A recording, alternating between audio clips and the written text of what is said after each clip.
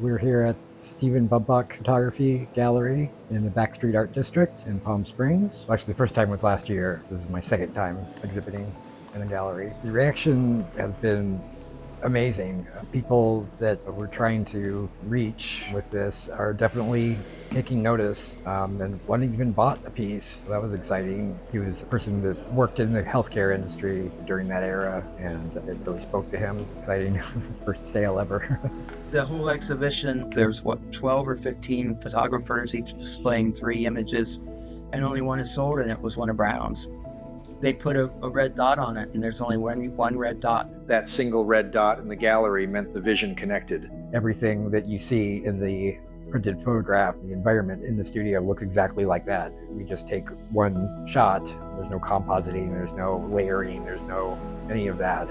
It's just a single shutter release. What you see is what you get. They can actually look down and see these historic images, these archival photos actually projected onto their body, onto the walls and things around them, the objects around them. They're surrounded by this imagery, so they respond emotionally to it. And that's how we can capture a true, raw, emotional image from somebody who is not a model, who is not an actor. That's really the power of the projection photography technique. The drawbacks would be numerous. It takes a long time. We have to shoot literally hundreds and hundreds of frames to get just the right moment. This piece behind me, actually, we did take a burst of photos, and half a second before this and half a second after this, unusable. But this one frame, we had just the right expression, and he's squeezing the cloth and the water's dripping from it, and it was just absolutely perfect. This is the panicking phase. It's the AIDS quilt, trying to get the sheet to match the quilt image, so it looks like the quilt is actually wrapping around Michael. Then we've got to figure out how to shoot Michael, project him, and then shoot him again, hugging himself. Have to build a little bit, and then get somebody in front of the camera and test it and see what the problems are, and then go back and build a little bit more. It's very time consuming. We could have easily thrown this together digitally, but we wouldn't have that raw emotion from the subject. And hopefully it's therapy for the people that see the work, but primarily it's therapy for me and the subject. And Michael, we're helping work through this stuff ourselves. And one thing I've learned about Brown, I really learned that he gets frustrated very easily, which I didn't know before. When we're both tired, I would say easily. It is a lot of fun. And sometimes we had each other's anxiety because of the timelines, and with me having worked in a department where you had project plans and goals and deadlines, I'm having so much fun. I want to help you with those future ones.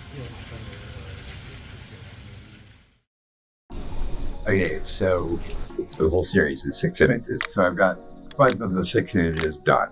The 6th one, the final one, the hug, is not done, but it should be by now. So we're getting off the hook by saying that it's going to be a live creation. We're going to create it live on the opening night. We're figuring it out. It's very exciting, very scary. So actually, I had wanted to do something like this from the beginning.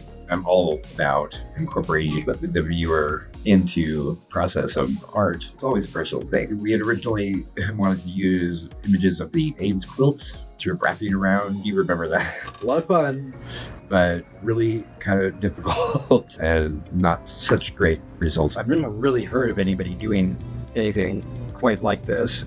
We're producing a fine art product, but it's got a documentary aspect. It's a true story.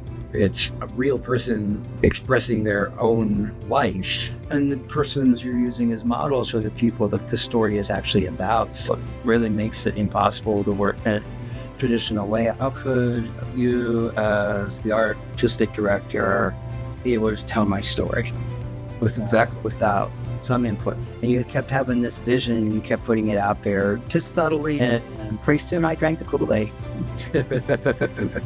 Yes, the rest of it is top secret. But anyway, there's going to be candles.